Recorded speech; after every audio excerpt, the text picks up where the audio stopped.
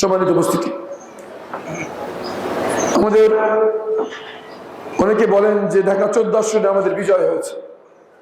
আমি দ্বিমত প্রকাশ করি।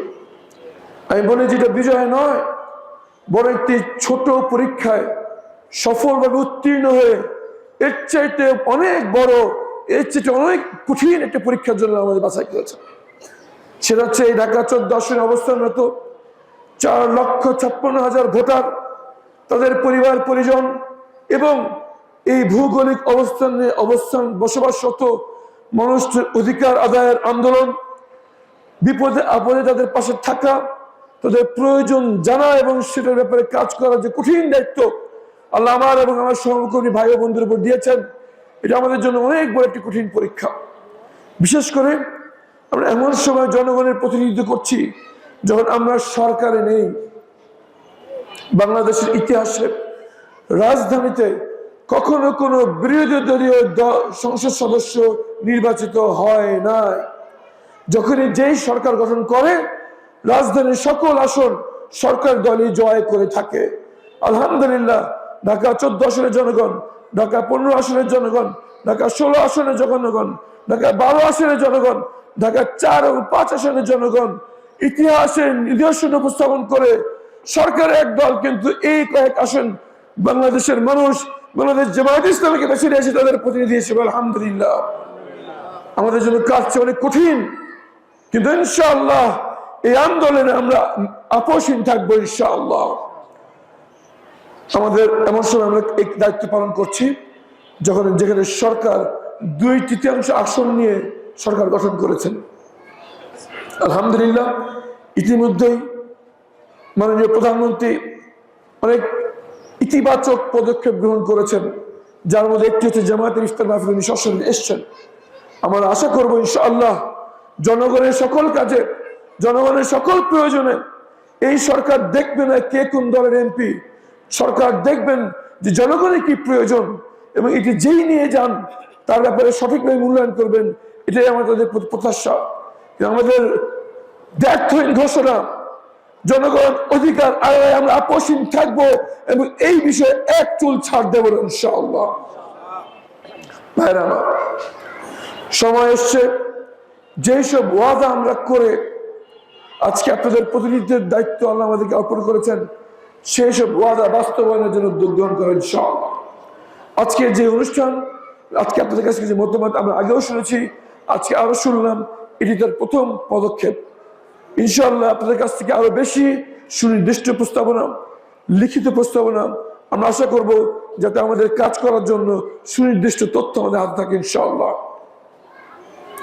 যেসব পরামর্শ আপনারা আমাকে দিয়েছেন আমাদের দায়িত্বশীল বন্ধু সেখানে রেখে দিয়েছেন এবং আমরা প্রতি মাসে মাসে আপনাদের পরামর্শ নিয়ে পর্যালোচনা করব এবং সুনির্দিষ্টভাবে, নিয়মতান্ত্রিকভাবে, গঠনমূলকভাবে এসব বাস্তবায়ন করার জন্য প্রশাসনের সাথে নিয়মিত যোগাযোগ করব।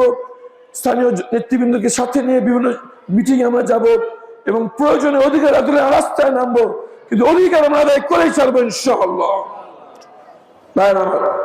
আসুন, কিছু বড় বড় সামাজিক ব্যাধি নিয়ে কথা বলার সময় এসছে। যেই সামাজিক ব্যাধি আমাদের এই সমাজকে, বিশেষ করে ঢাকা 14 আসনকে ক্যান্সারের মতো আক্রান্ত করে রেখেছে, তার সবচেয়ে বড়টার নাম হচ্ছে প্রকাশ্য এবং নীরবে চাঁদাবাজি। ব্যবসায়ী বাড়ি এত দূরে থাক, যেই সবজি বিক্রেতা রাস্তায় দাঁড়িয়ে রোদে পুড়ে বৃষ্টিতে ভিজে দিনে মাত্র কয়েকশো টাকা আয় করে থাকেন, তাকেও চাঁদা গুনতে হচ্ছে। এবং আমরা দেখেছি নিউজ পত্রিকা রিপোর্ট এসেছে, বিভিন্ন বড় আড়তে 37 টাকা টমেটো যখন মার্কেটে ঢুকে এই টমেটোর কেজি হয়, কেজিতে 37 টাকা, আর চাঁদার উপর চাঁদা যোগ হয়ে এই 37 টাকা টমেটো যখন আমরা কিনি সেটা হয়ে যায় 100 টাকা। সে চাঁদাবাজি হচ্ছে ব্যবসায়ীদের উপর, কিন্তু এই ভার ব্যয় করছে সাধারণ জনগণ।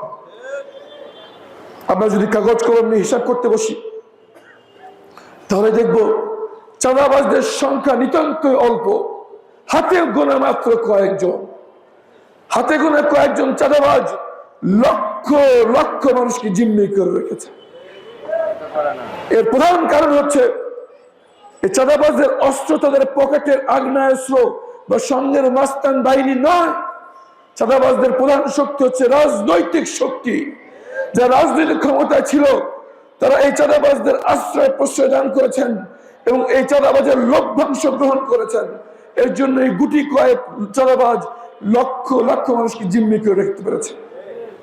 আল্লাহর উপর তাওয়াক্কুল করে আপনাদের সামনে হাজির রেখে রমজানের পবিত্র মাসে আমরা ঘোষণা দিয়ে যাচ্ছি, আমি এবং আমার সহকর্মীরা কেউ চাঁদা গ্রহণ করি না এবং ইনশাআল্লাহ জনগণকে সাথে নিয়ে, স্থানীয় প্রশাসন এবং আইন শৃঙ্খলা বাহিনীকে সাথে নিয়ে ঢাকা 14 চাঁদাবাজি আমরা তাকে করতে দেব না ইনশাআল্লাহ।